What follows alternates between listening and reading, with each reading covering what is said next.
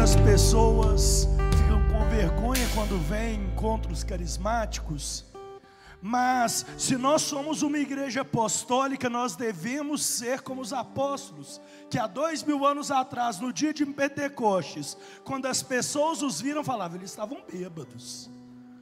Nós somos uma igreja pautada no reinado de Davi, que no momento que recebe o Espírito Santo na frente da Arca da Aliança, ele começa a dançar e os seus súditos falam, ele está ficando doido. Este é o sentimento de quando nós encontramos com o Senhor, porque nós podemos nos mostrar para Ele como nós verdadeiramente somos. Nós ficamos felizes, alegres, como uma criança que ganha o maior presente. Por isso, quando nós estamos aqui, nós não devemos ter vergonha de rezar, de louvar, porque nós estaremos seguindo aqueles os quais nos ensinaram a ser de Deus, a ser feliz.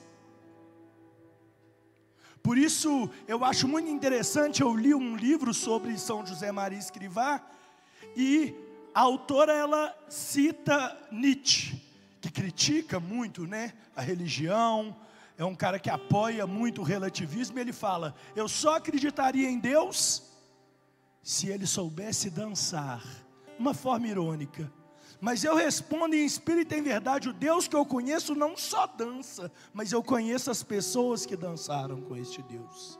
Teresinha, São José Maria Escrivá, Davi e eu já dancei com este Deus. E não tenho vergonha de dizer isto, porque isso é a essência do meu ser. Se nós fomos feitos à imagem e semelhança do Criador, o Criador também tem um pouco de nós. Jesus, quando chegava a Jerusalém, foi chamado pelos fariseus de beberrão, comilão, que frequentava as festas com os publicanos. Jesus adorava sentar à mesa com os amigos. Não à toa ele nos chama durante a missa a estar ao redor de uma mesa. Jesus, ele jamais quer que nós nos sintamos tristes. Jesus veio sofrer numa cruz para que nós fôssemos alegres, felizes. A tristeza não é de Deus. Por isso, eu adorei quando eu cheguei, eu senti a energia desse lugar. A energia que para nós é o Espírito Santo de Deus. Na hora que eu cheguei aqui, eu não conhecia ninguém, eu olhei nos olhos, conhecia um ou outro, mas eu falei, aqui é o meu lugar. E verdadeiramente é, porque o Espírito que habita em mim, habita em cada um de vocês. Nós somos parte de um mesmo corpo, que é o corpo místico de Cristo. Por isso, eu digo, aqui é o lugar de cada um de vocês. Esse é o início de uma caminhada, independentemente de quem seja. Uma pessoa que já tem anos e anos e anos de caminhada, uma pessoa que está vindo aqui pela primeira vez. Porque o Espírito Santo de Deus, ele é infinito. Ele é um oceano com 500 metros de fundura, não adianta. O tanto que você mergulha sempre tem mais coisa. E o caminhar com o Espírito é uma decisão cotidiana. É todos os dias você decidir estar ali. Mas quando nós experimentamos e nos permitirmos viver de acordo com o Espírito, nós vemos que aquilo que nós sempre buscamos está nele. Como diz Santo Agostinho, isso acontece porque existe um buraco dentro do nosso coração, que apenas Deus consegue saciar. Não à toa, quando Jesus encontra com a samaritana, ele diz, me dá água. Aí ela, você é um judeu vindo falar comigo e tal. Aí ele fala assim, me dá essa água, mas eu vou te dar de beber uma água viva. uma água que cura, uma água que sacia a sede. Muitos teólogos falam que Jesus ele vai uma única vez a Jerusalém, no final da sua vida pública, mas nós sabemos que isso não é verdade, porque Jesus ele esteve lá como judeu ao menos uma vez por ano, mas as próprias Sagradas Escrituras nos relatam uma vez que Jesus vai até aquela cidade, e ele se senta em meio à multidão, e do nada ele levanta e fala para o mestre da lei que pregava naquele lugar: eu sou a água viva. E é essa água viva, meus irmãos e minhas irmãs, que nós perseguimos, e que nós persistimos na caminhada, independentemente de quem somos. Muitas pessoas perseguem o dinheiro, mas o que elas querem com o dinheiro é saciar a sede que o coração delas tem. Muitas pessoas vão no poder, muitas pessoas vão na beleza, mas elas acabam se frustrando, porque a beleza acaba com o tempo. O dinheiro, eu nunca vi um caminhão de mudança ou uma conta bancária indo num cortejo fúnebre. Você já? Nunca vi. O poder passa, as amizades são dos cargos, das situações, mas a água viva do Espírito Santo de Deus permanece. Permanece não apenas neste mundo, mas toda a vida eterna. Eu não digo que esta água viva irá tirar de dentro do coração de vocês o sofrimento, os momentos de tristeza, de forma alguma, mas você passará por todos esses momentos de tribulações em paz, em felicidade. Não, estou passando por um momento triste, sem dúvida, mas eu sou feliz. Eu sou uma pessoa feliz, apesar disso. Eu sei quem é meu pai, eu sei para onde vou, eu sei que essa vida é passageira e que a morte é um desabrochar para a vida eterna. A morte é um nascer para a vida em Deus, na plenitude de Deus. Por isso, algumas pessoas, como Paulo, falam: o ápice da minha vida é o final dela. Morrer para mim é lucro, que ele fala, não é? Morrer para mim é lucro. Eu não tenho medo da morte. Agora, meus irmãos e minhas irmãs, este caminho perseguindo o Espírito Santo, ele não é fácil. Ele é um caminho difícil, porque a gente é muito cotidiano, não é? A gente é muito de costume, a gente é muito de aos pouquinhos, voltar a maus hábitos. Eu ia ler aqui o profeta Ezequiel, capítulo 47, mas não vou ler mais. O que dizia naquele tempo, nessa passagem, é que ele, numa visão do que era a promessa de Deus para cada um de nós, via o templo em Jerusalém, o templo de Salomão, no alto de uma montanha, e do lado direito desse templo saía um rio que trazia vida, um rio que trazia frutos, que trazia animais, que trazia a felicidade. E esse rio ele descia por uma colina até um cemitério em meio aos ossos, que até hoje tem lá, esse cemitério.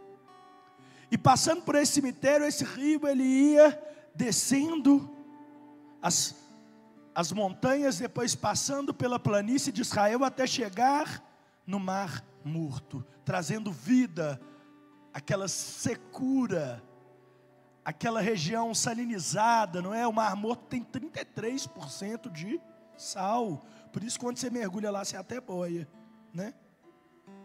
Um lugar que não tem vida, árido, um lugar é o lugar mais baixo do mundo, vocês sabiam? É 400 metros abaixo do nível do mar, o Mar Morto. E até aquele lugar. E essa água, esse rio, é o Espírito Santo de Deus. E o templo é Jesus. Não à toa ele fala, do templo, do lado direito sai uma água viva, uma água que dá a vida. E Jesus disse aos fariseus, que interpretaram de uma forma diferente: eu vou destruir o templo e reconstruí-lo em 3 dias. E eles acharam que era o templo de Salomão, mas ele queria mostrar para nós que o verdadeiro templo de Deus não é feito de pedras, mas é feito de carne, somos nós. E ele morreria e ressuscitaria no 3º dia. E deste mesmo templo, o templo de Deus, o templo sagrado de Deus, do lado direito de Cristo, pregado numa cruz, saiu a água que dá a vida a cada um de nós. Portanto, o preço pela nossa felicidade, pela nossa libertação, não foi pago por ouro nem prata, como diz a primeira carta de Pedro, mas foi pago pelo sangue precioso de Cristo Jesus. E este sangue nos é entregue todos os dias, durante todas as Eucaristias, para que as nossas feridas, as nossas transgressões, as nossas cicatrizes sejam curadas, para que nós possamos chegar a Deus em pureza, em essência, a sua imagem e semelhança. E esse é o primeiro passo para viver, entender quem nós somos. Isso não é fácil, como dizia Santo Agostinho em Confissões, num capítulo chamado Interior Meu, um livro muito interessante, quem gosta de ler.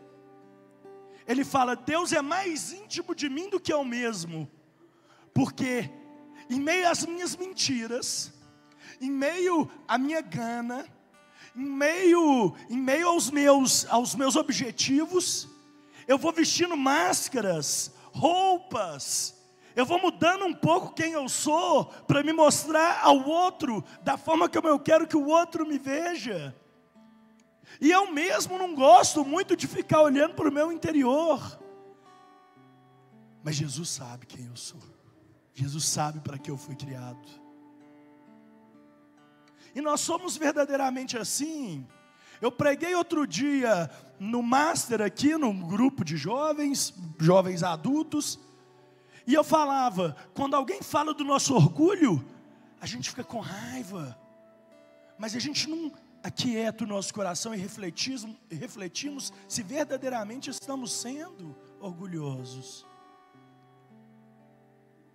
A gente não pensa se a gente está olhando para o outro, pelo menos uma vez por semana, pensamos. Eu não penso, eu não vou mentir para vocês não. Às vezes 2 dias seguidos eu até penso, depois que eu saio de um seminário de vida, alguma coisa assim. No domingo eu penso, segunda eu penso, mas na terça eu já estou esquecendo. Eu não penso a forma como eu lido com meu pai e minha mãe, apesar deles terem suas fragilidades. Com meu irmão, com a minha irmã, apesar deles terem fragilidades. Meu filho e minha filha, apesar das fragilidades deles. Eu não paro para pensar se eu tenho exercido o perdão que Jesus tanto me pediu.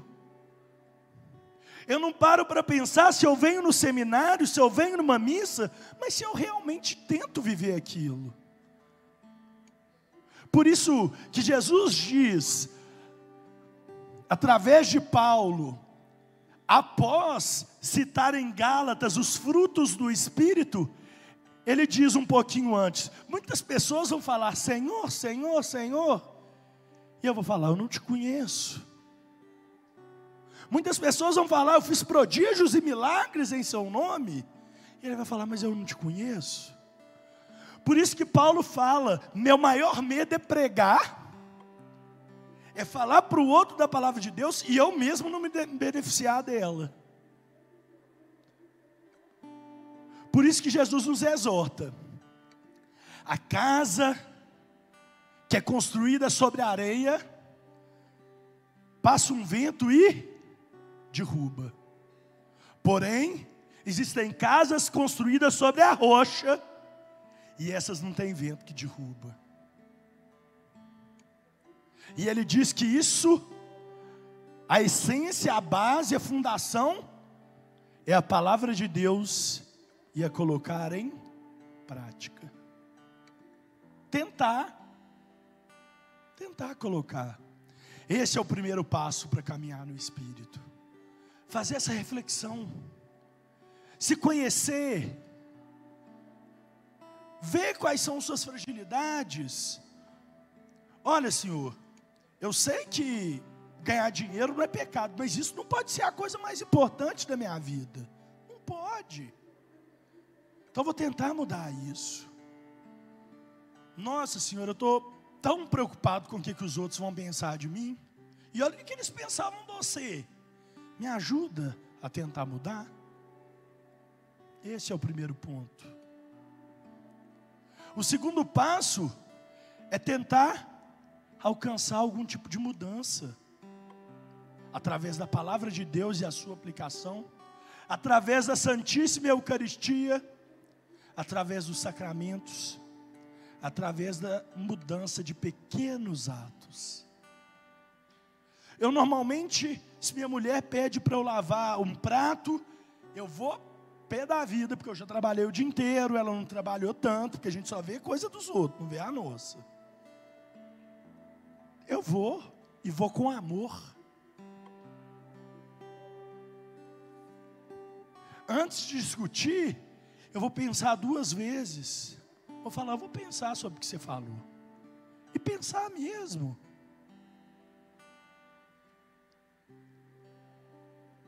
É pedir ao Espírito Santo que empreste os olhos de Cristo para você. É pedir ao Espírito Santo que empreste as mãos de Cristo para você. É pedir ao Espírito Santo que empreste os pés de Cristo para você. O coração de Cristo, a mente de Cristo, o corpo de Cristo para você. E aí você começa a ver a sua vida transformando. E transformando a vida de outras pessoas. E você começa a entender o sentido da vida, que é tão discutido pelos filósofos, não é? E no frigir dos ovos eles não chegam a conclusão nenhuma. Esse é o sentido da vida. Se doar ao outro como Cristo se doou à igreja. Se doar a si mesmo como Cristo se doou à igreja. Se apresentar ao próximo com todo o amor da sua existência.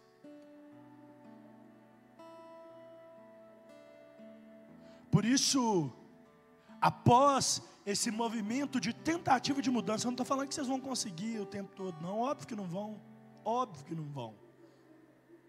É uma luta, né, diária. Putz, tinha 5 dias que eu não brigava. Eu brigava todo dia, tinha 5, mas hoje eu não aguentei. Beleza, é igual dieta, gente. Nossa, eu com dieta é difícil. Eu estou para casar em maio, minha noiva está em cima de mim. Me levou, falou que eu ia para um retiro espiritual, eu até gostei. Não estava tão afim de ir não, mas retiro é sempre bom. Na hora que eu cheguei, sabe o que era? Um spa. Não é mentira. E ela não ficou no spa comigo, bicho. Ela me deixou lá e foi embora, lá na Serra do Cipó. Tomei só suco 3 dias. Sério, só suco, uns sucos fortes assim. E depois eles começaram a introduzir umas comidas, emagreci 7 quilos em 7 dias. Engordei tudo de novo depois. É igual eu com dieta, porque a dieta é o seguinte: você caiu um dia, no outro dia você tem que animar e continuar, né? Um dos pecados, né? Porque, gente, modéstia à parte, a gente está aqui na igreja, a igreja não tem um churrasquinho, uma cervejinha, não tem coisa melhor não, né, gente? Pelo amor de Deus, eu adoro. Assim, quem não gosta, respeito. Que é ótimo também, né? Porque não engorda. Mas enfim, é isso, porque uma hora você cai, mas você tem que voltar, né? É assim, e a vida com Jesus é essa. Aí você vira e fala: pô, Jesus, você não me deu o aviso? Porque aí você começa a combinar: Senhor, faz meu coração dar uma acelerada, entendeu? Faz um trem cair, para eu lembrar, porque na hora que o bicho pega, você fica meio tenso, né? Você perde a razão toda. Então você combina com ele, você entendeu? E é isso que ele deseja. Eu estava contando o próprio. É porque é isso, gente. Isso dá para falar em toda pregação que você quiser. Porque o trem é tão bonito, mas tão bonito que encaixa em tudo assim. Uma mística. Pelo amor de Deus, gente, tira essa foto. Fica parecendo que eu que. Não, tira isso. E eu estava mais magro, vocês viram, né? Eu que pedi. Falei, coloca a fotinha mais magro. Da última vez também eles colocaram uma que eu fiquei, bicho, parecendo um negócio. Enfim. Uma mística chamada Luisa Picaretta, italiana. Ela teve visão sobre a paixão e morte de Jesus. E é aceito pela igreja esses documentos. E ela fala que quando Jesus ele chega na Santa Ceia, ele pega o pão, dá graças a Deus pelo pão, eleva aos céus e faz a seguinte oração para o Pai, com a boca fechada, né, sem ninguém escutar. Mas na visão, mesmo normalmente você vê até em todas assim. Elas não escutam a pessoa falando, elas sentem uma voz interior.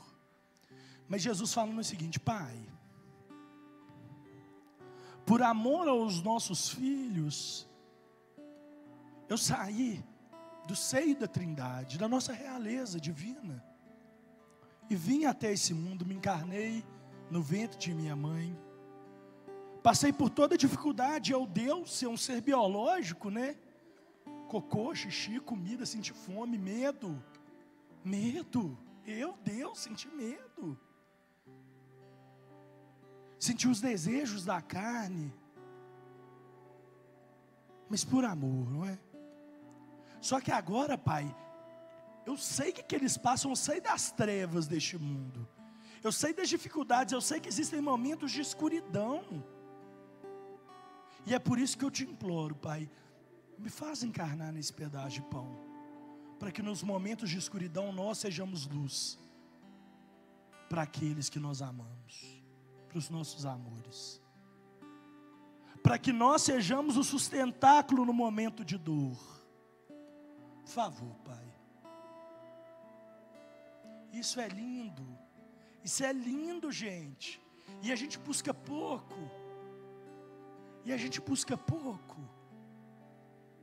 No momento de escuridão nós temos a luz, a essência da luz, como diz João, no seu primeiro capítulo, primeiro versículo.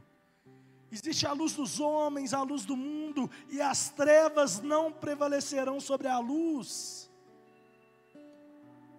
E todos nós temos escuridão, não temos? Todos nós temos escuridão e luz dentro de nós. Todos nós temos cicatrizes, porque a vida ela não é fácil, Jesus disse que não era. A gente passa por coisas que machucam a gente. E todo machucado deixa algum tipo de cicatriz, né? E é isso que nós vamos pedir nesse dia de hoje, para iniciar essa caminhada no Espírito. Senhor, eu quero reconhecer as minhas fragilidades, as minhas cicatrizes, para que eu possa caminhar contigo, para que eu possa, reconhecendo tudo isso, tentar mudar e colher os frutos. Porque a árvore que não dá frutos, quem planta corta, não é?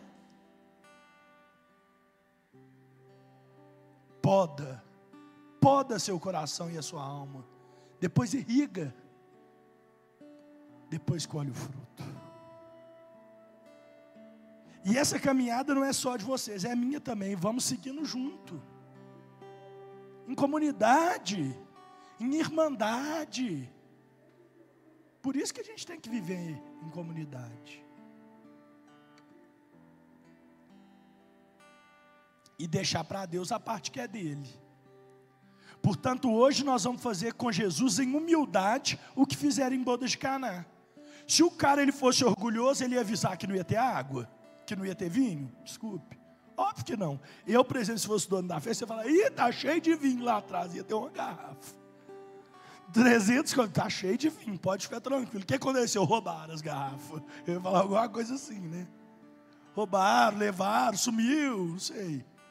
Mas não, o cara foi humilde, chegou para um convidado e falou assim: bicho, o que eu faço? Acabou o vinho, o povo bebeu demais, eu não fiz as contas certas.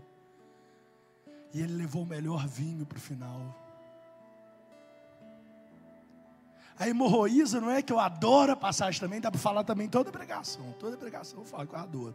Ela se apresenta com toda a sua impureza para Jesus e ela é curada. A mulher no Antigo Testamento, quando ela sangrava, ela ficava impura, ela não podia sair de casa até que o sangramento cessasse, a menstruação. E essa menina, ela tinha sangramento recorrente, então ela não podia sair nunca, ela não podia se socializar. E ela era tida pela religião de Jesus como impura. Até que certo dia, ela sai mesmo sangrando e se apresenta com toda a sua impureza para Jesus. Toca a barra das vestes de Jesus e ele fala: quem tocou em mim? Pedro fala: uai, todo mundo está lotado de gente aqui. Imagina que ver 100, porque Jesus era assim, era muita gente. Pessoal esbarrando, né? Tipo o Roberto Carlos passando, sei lá. Todo mundo tocando, vai, quem te tocou? Você devia perguntar quem não te tocou, né? Ele falou: não, só uma pessoa me tocou, porque eu senti uma virtude sair de mim. E o tocar é diferente de esbarrar, porque você se entrega em espírito e em verdade, e seu espírito se comunica com o Espírito de Deus, e reconstitui em você a beleza original. Reconstitui em você a beleza de Cristo. Por isso que ele diz, numa homilia muito antiga, lida todo sábado santo, na liturgia das horas da nossa igreja: vê as esbofeteadas que eu levei, foi para reconstruir a beleza do teu rosto original. Vê a lança que tomei no meu coração, é para reconstruir o seu coração ao meu coração. Vê as minhas mãos estendidas no alto da cruz, é para pagar o que sua mão fez ao estender as mãos sobre o fruto na árvore do bem e do mal no paraíso. Acorda, tu que dormes, desperta, saia da escuridão. Não vim para condenar, eu vim para salvar. Eu não vim para separar as ovelhas ruins das boas, eu vim para salvar todas as ovelhas.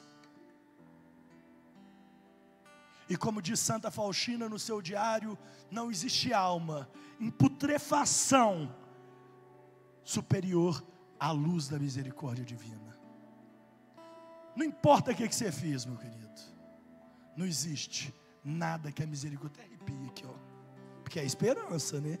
A minha esperança é essa, a misericórdia mesmo. E ela vem, e ela age como o vento. Você não vê, mas você sente. O vento passa, você sente a brisa leve? Sinto. E o vento, ele pode tomar uma força tão grande que vira um furacão, igual o Katrina, uns anos atrás lá nos Estados Unidos. Destruiu tudo. Vira. Mas você vê? Não. Mas tem uma força. Por isso hoje eu invoco pela cruz de Cristo Jesus, pela intercessão de Maria Santíssima e pela autoridade que a igreja tem, a mim batizado, dado a mim batizado, como sacerdote comum, não é? Como todos nós somos, como nos ensina o Concílio Vaticano II. Existe um sacerdote especial, que são os padres, os bispos, mas existem os sacerdotes comuns, que somos nós, que devemos cooperar com a salvação de todo mundo. E a nós é dada a autoridade também que vem do alto.